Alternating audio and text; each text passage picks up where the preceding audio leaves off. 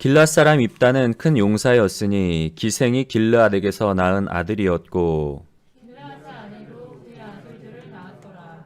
그 아내의 아들들이 자라매 입다를 쫓아내며 그에게 이르되 너는 다른 여인의 자식이니 우리 아버지의 집에서 기업을 잊지 못하리라 한지라. 이에 입다가 그의 형제들을 피하여 돕 땅에 거주하매 잡류가 그에게로 모여와서 그와 함께 출입하였더라. 얼마 후에 암몬 자손이 이스라엘을 치려하니라. 암몬 자손이 이스라엘을 치려할 때에 길르앗 장로들이 입다를 데려오려고 돕 땅에 가서 입다에게 이르되 우리가 암몬 자손과 싸우려 하니 당신은 와서 우리 장관이 되리라 하니 입다가 길르앗 장로들에게 이르되 너희가 전에 나를 미워하여 내 아버지 집에서 쫓아내지 아니하였느냐 이제 너희가 환난을 당하였다고 어찌하여 내게 왔느냐 하니라. 장군들이 입다에게 이르되 이제 우리가 당신을 찾아온 것은 우리와 함께 가서 암몬 자손과 싸우려 함이니 그리하면 당신이 우리 길르앗 모든 주민의 머리가 되리라 하네. 입다가 길르앗 장로들에게 이르되 너희가 나를 데리고 고향으로 돌아가서 암몬 자손과 싸우게 할 때에 만일 여호와께서 그들을 내게 넘겨주시면 내가 과연 너희의 머리가 되겠느냐 하니 길르앗 장로들이 입다에게 이르되 여호와는 우리 사이의 주인이시니 당신의 말대로 우리가 그렇게 행하리이다 하니라. 다 같이 이에 입다가 길르앗 장로들과 함께 가니 백성이 그를 자기들의 머리와 장관을 삼은지라. 입다가 미스바에서 자기의 말을 다 여호와 앞에 아뢰니라. 아멘. 우상숭배, 징계, 부르짖음, 구원이라는 이 사이클이 사사기에 보면 계속해서 반복해서 나오고 있어요. 입다가 살던 때는 이스라엘이 가나안에 정착한 이후 약 300년 정도의 시간이 지난 때였습니다. 이스라엘 백성들은 이번에도 또다시 하나님 앞에 큰 악을 행하였는데요. 그런데 이전과는 달리 300년이 지난 이 정도 시점쯤에는 이전까지만 해도 이 이스라엘 백성들이 가나안의 바알과 아세라들만을 섬겼는데 이제 300년 정도 시간이 흐르다 보니까 이제는 시돈 사람들, 그리고 아람 사람들, 블레셋 사람들, 그리고 모압 사람들, 암몬 사람들의 신까지 섬기게 돼요. 가나안의 신들뿐만 아니라 동서남북 사방에 있는 온갖 신들을 섬김으로 인해서 하나님 앞에 큰 악을 행해요. 그래서 하나님께서 18해 동안 이스라엘 백성들을 이방 나라의 손에 붙이셔서 고통을 당하게 합니다. 입다의 시기는 한마디로 이 죄악으로 인해서 아주 검게 물든 시기였고, 그리고 영적으로 깊은 어둠 가운데 있었던 시기였습니다. 이런 시기에 이스라엘의 사사로 이제 입다가 등장하게 되는데요. 입다는 오늘 말씀을 보면 입다는 길르앗과 기생의 사이에서 낳은 아들이에요. 그러다 보니까 이제 그가 성장했을 때에 기생의 자식이라고 얼마나 잘하면서 많은 어떤 손가락질과 놀림을 받았겠어요. 그뿐만 아니라 형제들도 입다를 배척하고 멸시하였고, 그리고 입다가 성장했을 때는 쫓아내요. 너는 다른 여인의 자식이니까 우리 아버지의 기업을 네가 물려받을 자격이 없다는 거예요. 사실 입다도 배다른 동생이기 때문에 당연히 그 아버지의 기업을 유산으로 물려받아야 되는데, 그 정실의 소생의 자식들이 다 입다를 쫓아내버리는 거예요. 그래서 입다 입장에서 얼마나 억울했겠어요. 장로들에게 가서 하소연을 했는데 장로들도 자기의 이야기를 들어주는 게 아니라 율법을 따라서 아버지의 유업을 나눠주는 게 아니라 오히려 형제들의 편을 들어서 입다를 쫓아내버려요. 그래서 입다는 돕 땅에 가서 거주하면서 생활했다라고 그렇게 성경은 기록을 하고 있는데요. 여러분, 그렇다면 입다는 어떤 인물인가 오늘 좀 성경을 통해서 살펴보려고 합니다. 개인적으로 평가했을 때 사사기에는 많은 사사들이 등장하고 있지만 이 사사들 중에 좀 가장 저평가된 인물이 저는 입다라고 그렇게 생각을 하는데요.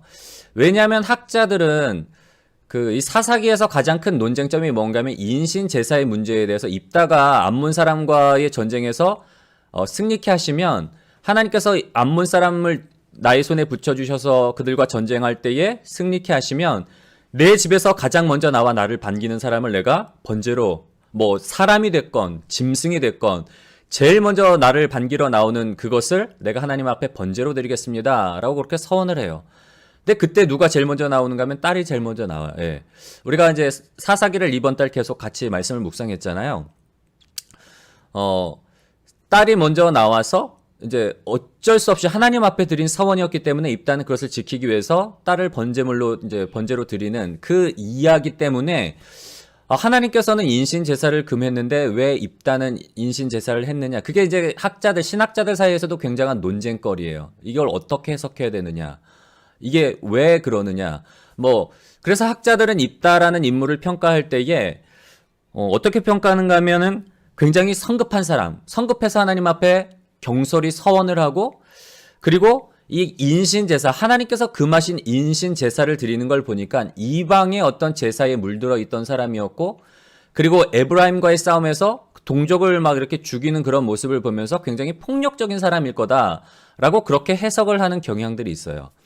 입다에 대해서 성급하고, 그리고 이방 제의에 물들어 있고 굉장히 폭력적인 사람이라고 이렇게 평가하는 경향들도 있는데, 저는 잘못된 평가라고 생각을 해요. 그래서 오늘 이 어둠의 시기 가운데 이스라엘 백성들이 300년 동안 가나안 정착 이후에 300년 동안 그 가나안 땅에 살면서 이제는 가나안의 바알과 아세라뿐만 아니라 시돈, 아람, 블레셋, 모압, 암몬의 신들을 섬김으로 인해서 하나님께서 어떻게 반응을 하시는가 하면, 이 말씀을 안 봤네요. 죄송해요. 하나님께서 그 시기에 어떤 말씀을 보시는가 하면, 사사기 10장 10절부터 13절, 14절의 말씀을 한번 우리 볼까요? 시작.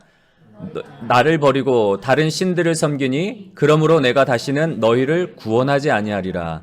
가서 너희가 택한 신들에게 부르짖어 너희의 환난 때에 그들이 너희를 구원하게 하라 하신지라. 예. 반복되는 이스라엘의 범죄로 인해서 하나님도 지치신 거예요. 이제는 가나안의 바알과 아세라뿐만 아니라 이 동서남북에 있는 모든 신들, 주변에 있는 모든 나라들의 신들을 섬기는 이스라엘 백성들에 지쳐서 하나님이 이렇게 말씀을 하시는 거예요. 너희가 나를 버리고 다른 신들을 섬기니 그러므로 내가 다시는 너희를 구원하지 아니리라. 이전까지는 너희가 부르짖으면 내가 너희를 긍휼히 여겨서 사사들을 세워서 구원하여 주지만 이제는 나도 너무 지쳤다. 가서 너희가 택한 신들에게 한번 부르짖어라. 너희가 환난 때에 그들이 너희를 구원하는지 한번 보자, 이거예요. 그만큼 이스라엘 백성들이 하나님 앞에 우상 숭배함으로 인해서 큰 악을 행하였던 이 시기에, 영적으로 가장 어둠의 시기에 입다라는 인물을 세워서 하나님께서 이스라엘을 구원해 주시는데요. 영적으로 가장 어두운 이 시기에 정말 별과 같은 존재가 입다라는 사사예요. 그렇다면 입다는 어떤 인물일까? 첫 번째로 말씀을 통해 볼 수 있는 입다는 우리 한번 읽어볼까요? 시작. 하나님을 경외하는 사람이었다. 예. 입다는 하나님을 경외하는 사람이었어요. 오늘 말씀에 보면은 암몬 사람들이 이스라엘을 쳐들어왔을 때에 그 입다를 쫓아냈던 장로들이 찾아와요. 도저히 자신들의 힘으로는 이 암몬 사람들과 싸워서 승리할 어떤 희망이 보이지 않자 큰 용사였던 입다를 찾아와요. 그리고 입다가 돕당에 거주했을 때 많은 사람들이 입다 주변으로 몰려들어요. 하나의 큰 세력을 이루었기 때문에 이스라엘 장로들이 체면 불구하고 입다를 찾아와서 우리의 어떤 장관이 되고 우리를 대표해서 싸움에 나가달라고 부탁을 해요. 그때 입다가 오늘 말씀의 끝 말씀을 보면 뭐라고 나와있죠? 이 모든 일들, 내가 정말 그 암몬 사람들과 싸워서 승리할 때 내가 너희의 장관이 되고 내가 너희의 머리가 되게 하겠느냐?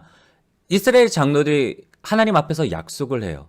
그리고 입다는 마지막 오늘 읽었던 11절의 말씀에 보면은 이 모든 일들을 하나님 앞에서 말하였더라라고 그렇게 기록을 하고 있습니다. 그것뿐만 아니라 이제 입다가 이 장로들의 청에 이제 예스 한 다음에 암몬 사람과 싸우러 가기 전에 먼저 사절을 보내요. 어떤 대표자를 보내서 암몬 왕과談판을 해요. 왜 내 땅에 쳐들어왔느냐? 싸우기 전에 사절을 보내서 먼저 물어요. 화평조약할 수 있는지 먼저 이렇게 좀 타진을 하는 거죠. 자, 암몬 왕이 뭐라고 대답하는가 하면 야복과 아르논에서부터 야복과 요단 이 땅, 지금 이스라엘 백성들이 차지하고 있는 이 땅이 원래 자기의 소유의 땅이었기 때문에 내가 이제 이 땅을 다시 되찾으러 왔다라고 그렇게 이야기를 해요. 이 암몬 왕의 주장에 대해서 우리가 말씀을 통해 이미 좀 살펴봤었지만 그 입다가 뭐라고 반박을 하는가 하면 역사적인 사실들을 가지고 조목조목 반박을 해요.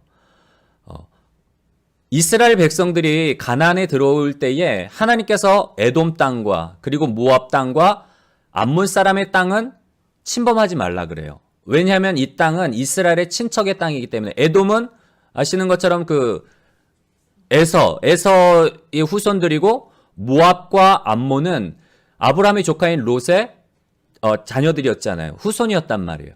그래서 이스라엘의 후손인 이 땅은 침범하지 말라고 그래서 이스라엘이 삥 돌아서 누구 땅으로 들어오는가 하면 아모리 사람의 땅으로 들어와서 차지한 땅이 바로 이 지역이에요. 이 땅은 암몬 사람의 소유의 땅이 아니라 첫 번째로 아모리 족속에게서 우리 이스라엘 조상들이 취한 땅이었고, 아모리 사람이 취하기 이전에는 누구의 소유였는가 하면 모압의 소유였다는 거예요. 우리가 이곳에 정착해서 300년 동안 사는 동안 모압 사람도 이 땅을 자기 땅이라고 주장하지 않았는데 왜 너희는 너희 땅이라 그러느냐. 이 땅은 아모리 사람에게서 취한 땅일 뿐만 아니라 그 이전 소유는 모압 사람의 소유였고, 만약에 너희가 정말 너희의 땅이었다면 왜 300년 동안 아무 얘기도 안 하고 가만히 있다가 이제 와서 이걸 주장하느냐. 그렇게 이야기를 해요. 그러면서 입다가 뭐라고 고백을 하는가 하면 이 땅은 지금 하나님께서 우리에게 주신 땅이라는 거예요. 우리 조상들을 출애굽에서 가나안으로 이끌어 주셔서 지금 하나님이 우리에게 주신 땅이라고 그렇게 놀라운 고백을 하고 있어요. 여러분, 입다의 이 고백이 얼마나 놀라운 고백인지 몰라요. 왜냐하면 가나안 정착 후에 300년이 지난 시점, 이 시점은 이스라엘 백성들이 완전히 다른 어떤 우상을 섬기느라고 이스라엘 백성들 중에 하나님을 찾는 사람도 없었고 하나님을 아는 지식도 없었던 거예요. 조상들의 역사에 대해서 입다처럼 이렇게 자세히 알고 있는 사람이 없어요. 하나님을 알지도 못하고 하나님을 찾지도 않는 시점이었기 때문에 입다가 암몬 왕의 주장에 대해서 이렇게 조목조목 반박을 한다는 건, 입다는 출애굽에서부터 가나안 땅에 들어오기까지 모든 역사, 하나님께서 이스라엘 백성들에게 행하신 모든 역사를 알고 있을 뿐만 아니라 그 역사를 하나님께서 행하셨다고 고백하고 있는, 정말 어둠의 시기 가운데 유일하게 밝게 빛나는 그런 인물이었던 거예요. 그리고 말씀드린 것처럼 암몬과의 전쟁에서 승리케 하면은 제일 먼저 나오는 걸 내가 하나님께 드리겠다고 서원을 하잖아요. 근데 딸이 제일 먼저 나오니까 입다가 굉장히 고민에 빠져요. 막 어찌하여 내가 나로 하여금 이렇게 큰 고통 가운데, 아픔 가운데 만드느냐.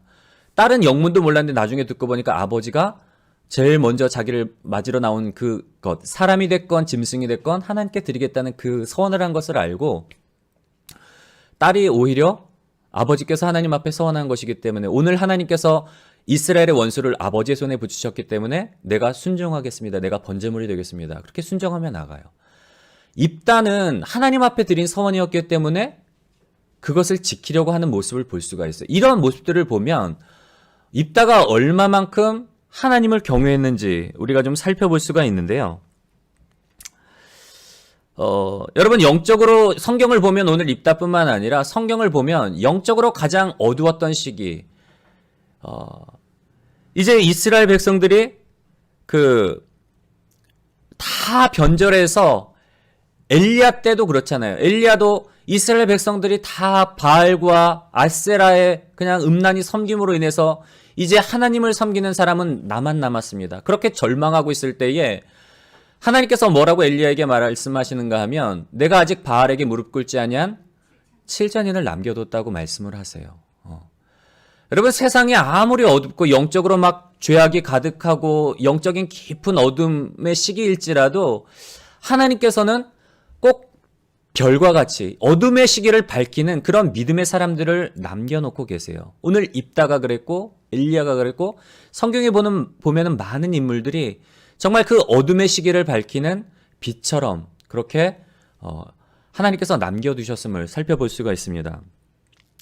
여러분, 지금 코로나로 인해서 전 세계적으로 굉장히 좀 어떻게 보면 절망 가운데 있잖아요. 암울하고 경제적으로도 전망이 불투명하고, 그리고 우리가 이제 집합 금지 비대면으로 인해서 예배도 드리지 못하고 영적으로도 침체된 것 같은 이 시기에도 분명한 사실은 뭔가 하면 하나님께서 이 역사 가운데 살아계시고 역사를 주관하고 계시기 때문에 이 어둠의 시기 가운데도 별과 같이 빛나는 그런 사람들을 예배해 두셨어요. 저는 우리 믿음교회 우리 성도님들이 영적으로 어두워져가는 이 시대 가운데 정말 이 어둠을 밝히고 하나님의 영광의 빛을 세상 가운데 환히 드러내는 그런 입다와 같은 믿음의 사람들로 서게 되기를 주님의 이름으로 간절히 소원합니다. 예, 두 번째로 입다는 어떤 사람인가 하면 한번 같이 읽어볼까요? 시작. 하나님의 성품을 소유한 사람이었다. 네. 입다는 하나님의 성품을 소유한 사람이었는데요. 다른 말로 하면 마음의 큰 상처를 극복한 사람이에요. 기생의 자식이라 그랬잖아요. 입다는 길르앗과 기생 사이에서 얻은 아들이에요. 기생의 자식이에요. 말이 좋아 기생이지 우리 표현으로 하면은 매춘부란 말이에요. 그러니까 얼마나 당시에 막 손가락질을 받았겠어요. 입다가 사람들로부터 멸시받고 손가락질 당하고 형제들로부터도 막 어려서부터 비난받고 더군다나 이스라엘의 장로들도 누구 하나 입다의 편을 들어주는 사람이 없었단 말이에요. 형제들의 핍박 속에서 어쩔 수 없이 정말 배다른 형제였지만 아버지의 기업을 율법을 놓고 본다면 작은 몫이라도 봐야 되는데 억울하게 쫓겨나가는 거예요. 형제들한테 또한 장로들도 자기 편을 들어주지 않아서 어쩔 수 없이 돕당에 가서 거주하게 될 때에 여러분 그 마음의 상처가 얼마나 컸겠어요. 그 억울함, 어려서부터 자라왔던 멸시와 천대 속에서 자라와서 그 상처와 형제들에게 또 버림받은 그 아픔들, 분명히 그런 어떤 큰 상처가 있을 텐데도 불구하고 입다가 어떤 힘을 얻게 되었을 때 장로들이 찾아와서 우리의 머리가 되어달라고 하잖아요. 그럴 때에 그리고 암몬 사람들과의 전쟁 후에 큰 승리를 거뒀을 때도 입다는 자기를 박해했던 장로들과 그리고 형제들에 대해서 복수하지 않아요. 입다와 비교되는 인물이 있는데 입다의 전에 누가 있었는가 하면 아비멜렉이 있었잖아요. 기드온의 자식이었던 아비멜렉도 첩의 이방 여인 첩의 소생이었단 말이에요. 똑같은 상처와 똑같은 아픔이 있었는데 아비멜렉은 그 상처로 인해서 자기가 왕이 됐을 때 형제들을 70인을 다 죽이고 왕의 자리에 올라요. 여러분 아비멜렉과 입다는 굉장히 좀 비교가 되는 그런 대척점에 있어요. 입다는 자기가 어떤 힘을 가졌을 때 권력을 가졌을 때에 형제들에게 그리고 장로들에게 복수하지 않았을 뿐만 아니라 입다가 이 마음의 상처가 치료되었다는 것을 좀 살펴볼 수 있는 내용은 뭔가 하면 돕당에 거주했을 때에 잡류들이 우리 표현으로는 잡류들이라 그러는데 영어 성경으로는 어드벤처러라고 그렇게 되어 있습니다. 그러니까 다윗이 사울의 칼날을 피해서 아둘람 동굴에 있을 때 많은 사람들이 다윗 주변으로 몰려들잖아요. 상처받은 사람들, 소외받은 사람들, 억울한 사람들 이런 사람들이 다윗 주변에 모여서 아둘람 공동체를 형성했던 것처럼 형제들에게 쫓겨서 어쩔 수 없이 돕당에 갔던 마음에 큰 상처가 있었을 그 입다도 돕당에 거주했을 때에 많은 사람들이 몰려들어요. 이 얘기는 뭔가 하면 입다 주변으로 상처난 사람들, 소외받은 사람들이 몰려들어서 또 회복의 공동체가 된 거예요. 이렇게 많은 사람들이 몰려들 수 있고 그리고 입다가 복수하지 않았다는 건 뭔가 하면 마음의 상처가 이미 회복되었기 때문에 여러분 요셉에게서도 우리 창세기 보면은 요셉에게서도 동일한 모습을 볼 수가 있는데 창세기 50장 19절부터 21절의 말씀을 한번 읽어볼까요? 우리 함께 읽겠습니다. 시작. 요셉이 그들에게 이르되 두려워하지 마소서 내가 하나님을 대신하리이까 당신들은 나를 해하려 하였으나 하나님은 그것을 선으로 바꾸사 오늘과 같이 많은 백성의 생명을 구원하게 하시려 하셨나니 당신들은 두려워하지 마소서 내가 당신들과 당신들의 자녀를 기리리다 하고 그들을 간곡한 말로 위로하였더라. 아멘.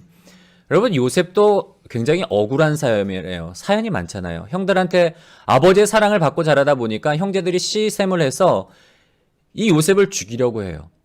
그런데 죽이지 않고 미디안 상인의 손에 팔아서 애굽에 이제 노예로 팔려갔단 말이에요. 그곳에서 애굽에서 정말 산전수전을 다 겪고 애굽의 총리가 되었을 때에 아버지와 형제들을 다 초청하잖아요. 애굽 땅으로. 왜냐하면 그 가나안 땅에 흉년이 들었기 때문에 이제 이곳에 와서 나와 함께 편안하게 삽시다 하고 초청을 해요. 요셉은 이미 그 마음 가운데 그 모든 상처들이 하나님의 어떤 그 은혜로 다 치유가 된 사람이에요. 그런데도 불구하고 이제 야곱이 죽었을 때 야곱이 죽고 나니까 형제들이 마음에 막 걱정이 된 거예요. 우리 동생 요셉이 아버지가 살아계시기 때문에 우리에게 뭐 복수를 하지 않았지만 이제 아버지가 죽으니까 아버지가 돌아가셨으니까 행여라도 우리 요셉이 우리에게 복수를 하면 어떻게 될까? 요셉의 총리잖아요. 막강한 어떤 권력을 가지고 있는 요셉이 자기들을 죽이면 어떻게 할까? 막 두려운 거예요. 그래서 아버지를 파는 거죠, 형제들이. 아버지가 생전에 이렇게 유언을 했다. 너희 형제들이니까 용서하라고. 형제들이 너에게 한 일을 용서해주고 그들을 잘 사랑으로 품어달라고 그렇게 유언을 했다고 말하면서 우리는 요셉 당신의 종이니까 당신의 우리를 좀 궁일히 여겨달라고 비굴하게 그렇게 형들이 요셉에게 부탁을 해요. 그러다 요셉이 한 얘기가 이 얘기예요. 형제들에게 두려워하지 마십시오. 내가 어찌 하나님을 대신하겠습니까? 형들은 나를 해하려고 했지만 하나님께서 이 모든 형들의 모든 그런 계획들을 선으로 바꾸사 오늘과 같이 우리 가족들뿐만 아니라 많은 백성들을 구원하게 하시려고 이렇게 하신 일이니까 형들의 잘못이 아니라 하나님께서 계획하셔서 이렇게 된 일이니까 걱정하지 말라고. 내가 형들과 형들의 자식들을 잘 섬기겠습니다. 라고 그렇게 위로를 해요. 여러분, 요셉이 이렇게 될 수 있었던 건 뭐라고요? 큰 상처가 있었음에도 불구하고 하나님의 은혜로 회복이 되었기 때문에 용서할 수가 있는 거예요. 입다는 어떤 사람이었는가 하면 하나님을 경외하는 사람이었고 하나님을 경외하였기 때문에 그 형제들로부터 받았던 마음의 상처 그리고 장로들로부터 받았던 마음의 상처를 극복하고 복수하지 않고 용서해줬을 뿐만 아니라 그 상처가 치료되었기 때문에 주변에 많은 사람들이 모여서 많은 사람들을 치료할 수 있는 그런 상처받은 치료자가 되었어요. 여러분, 하나님을 경외하는 사람은 세상과 그리고 우리 주변에서 일어나는 일들을 어떻게 바라보는가 하면 하나님의 관점으로 바라봐요. 우리가 살아가다 보면 참 억울한 일을 당할 때가 많아요. 사실 살아가다 보면서 제일 힘든 게 저는 관계더라고요. 하나님과 나와의 관계는 쉬워요. 내가 죽기를 각오하고 목숨 걸고 진짜 기도하고 막 몸부림치면 하나님께서는 풀어주세요. 하나님과의 나와의 관계는 어떻게 보면 참 쉬워요. 근데 사람과의 관계는 내 의지와 내 바람과는 달리 그렇게 되지 않을 때가 많더라고요. 내가 아무리 잘하려고 해도 아무리 오해를 풀려고 해도 상대방에서 이게 풀어지지 않으면 어떻게 잘 풀어지지 않는 관계가 인간관계예요. 그러다 보니까 우리가 인간관계에서 상처받기도 하고 어떤 큰 마음의 아픔을 얻기도 하는데 중요한 건 하나님을 경외하는 사람들은 어떻다고요? 이런 인간관계 속에서도 이거를 통해서 일을 이루시는 하나님을 바라보니까 분명히 내가 누군가로부터 상처를 받고 아픔을 얻었지만 이 일을 통해서 하나님이 계획하신 일이 있어요. 나를 다듬고 내 안에 예수 그리스도의 성품을 만들어가기 위한 하나님의 계획이구나. 그렇게 바라볼 수가 있단 말이에요.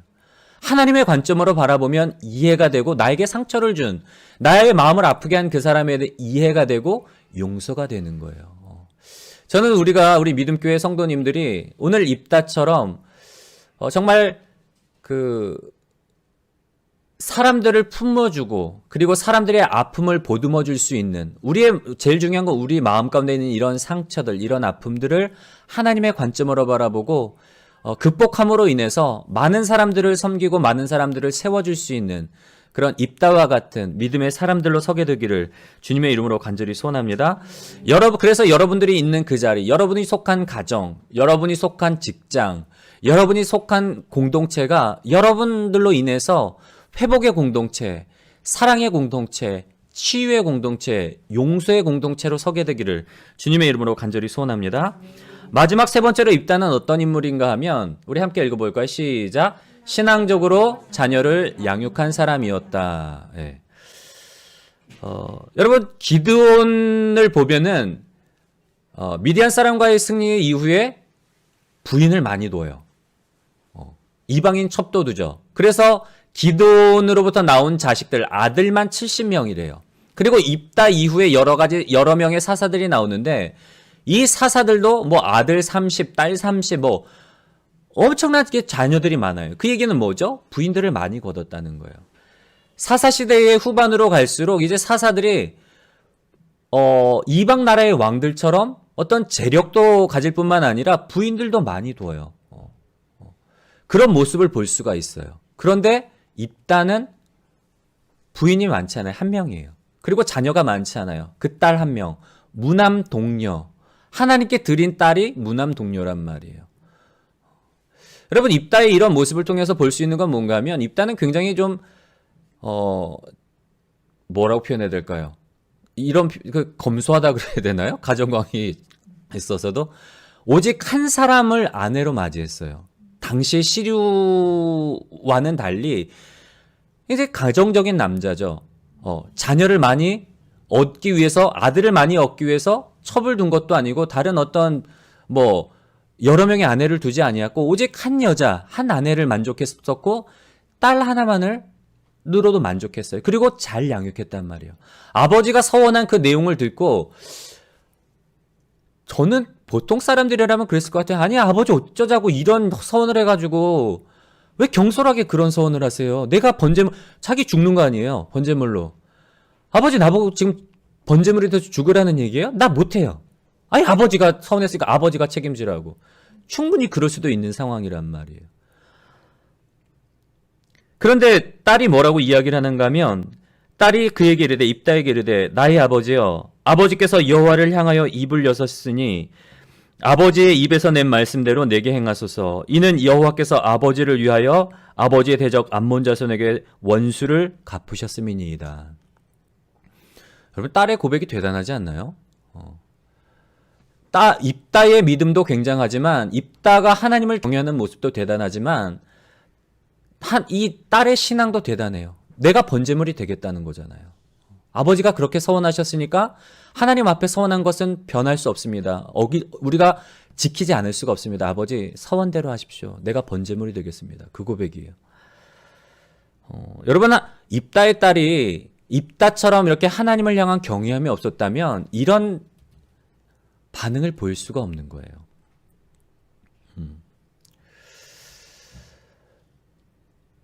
이런 모습을 보면, 입다가 정말 자녀를 잘 가르쳤구나, 신앙적으로 잘 양육했구나 라는 것을 볼 수가 있는데요.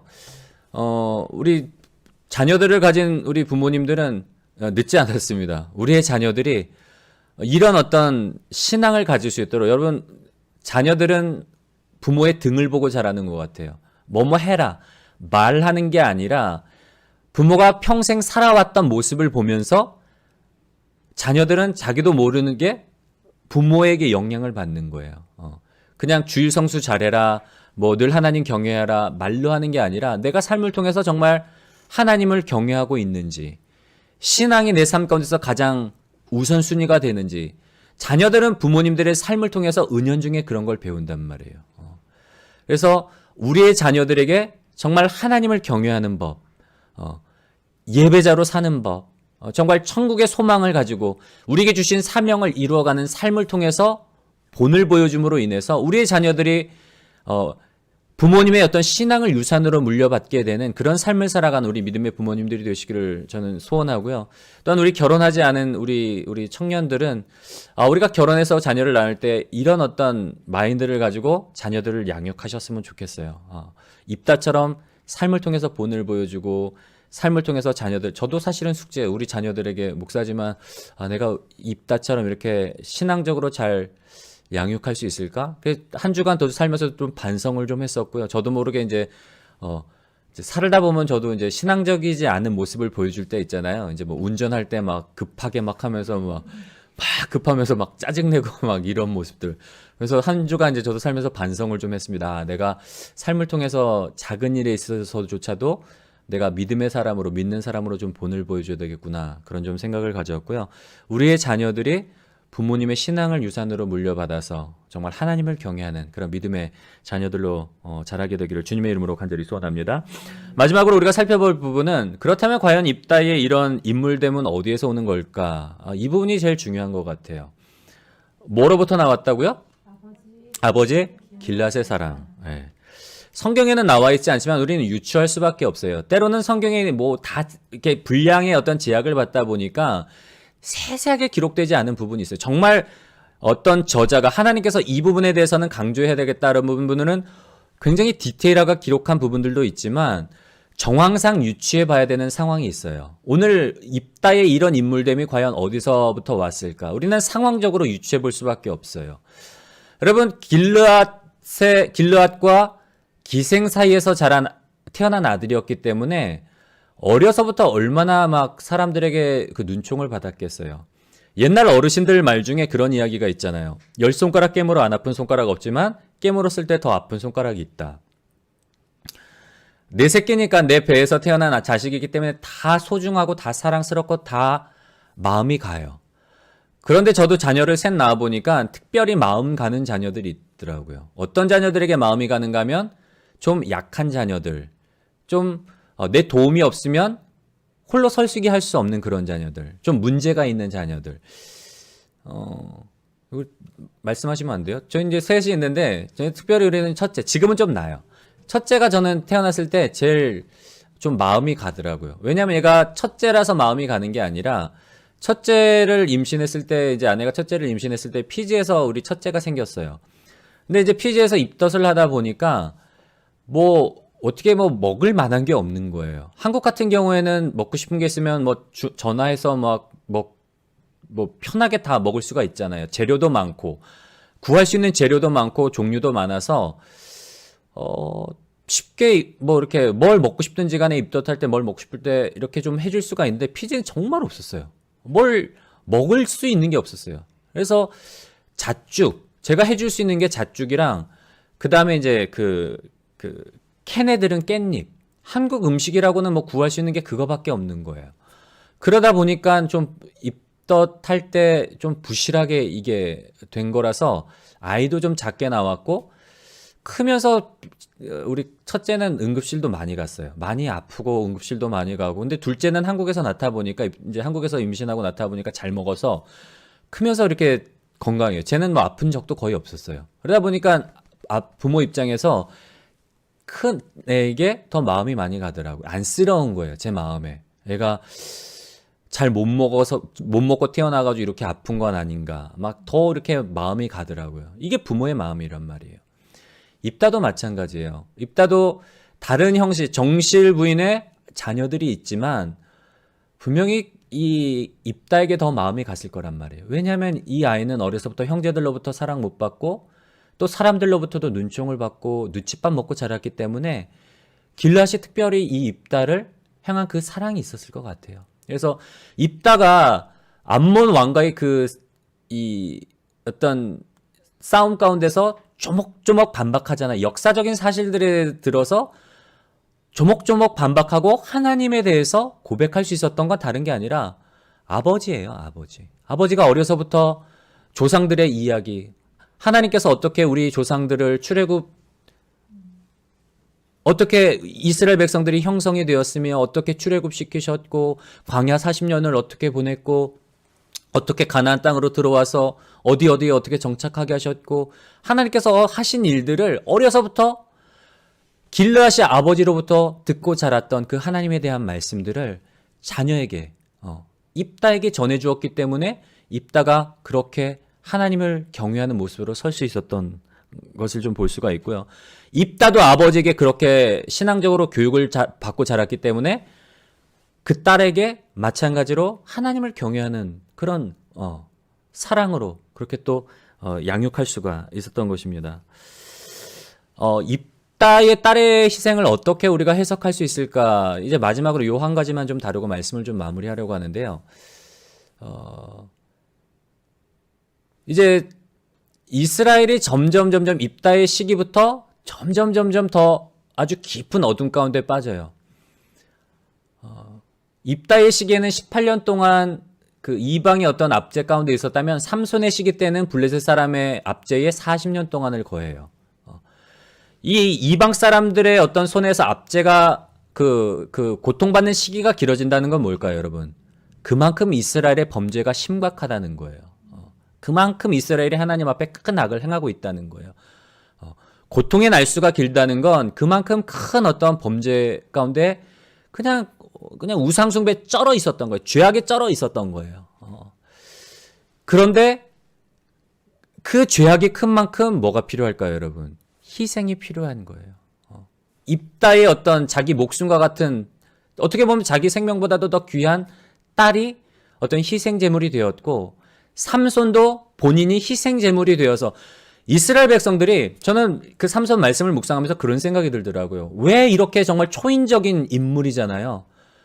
가사의 성 문짝을 띄워가지고 헤브론 64km 떨어지는 그 헤브론을 지고 가는, 블레셋 사람이 봐도 이거는 정말 두려워요. 감히 어떻게 인간이 저럴 수 있느냐. 저건 신이 아니고선 그렇게 할 수가 없거든요. 삼손의 그 괴력을 보고 함부로 어떻게 손을 댈 수가 없어요. 그래서 은 5,500세겔을 주고 들릴라에게 저 힘의 근원이 뭐냐. 이 힘의 근원을 우리가 이거 어떻게 봉쇄하지 않고는 저 원수를 잡을 수가 없는데, 그래서 은 5,500세겔, 은 60kg에 해당하는 그 막대한 금액을 주고서 이 삼손을 잡기 위해서 괴력을 꿰잖아요.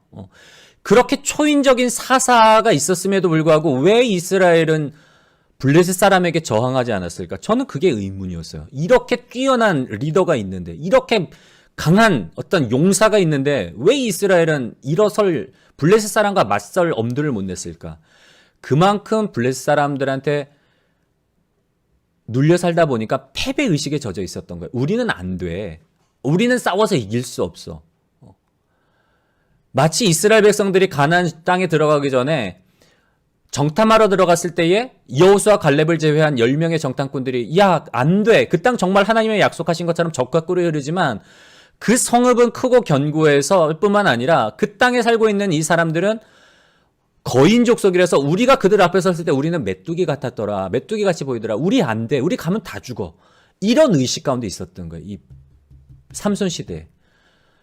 그 패배의식에 절어 있었던 이 사람들에게 삼손이 희생을 함으로 인해서 삼손의 그 희생이 이제 자극대가 된 거죠. 그래서 사무엘 시대를 보면 이스라엘 사람들이 블레셋과 전쟁을 해요. 어떻게 이 패배의식에 절었던 사람들이 블레셋 사람들과 전쟁을 할 수 있을까? 결국엔 삼손이 킨 거예요.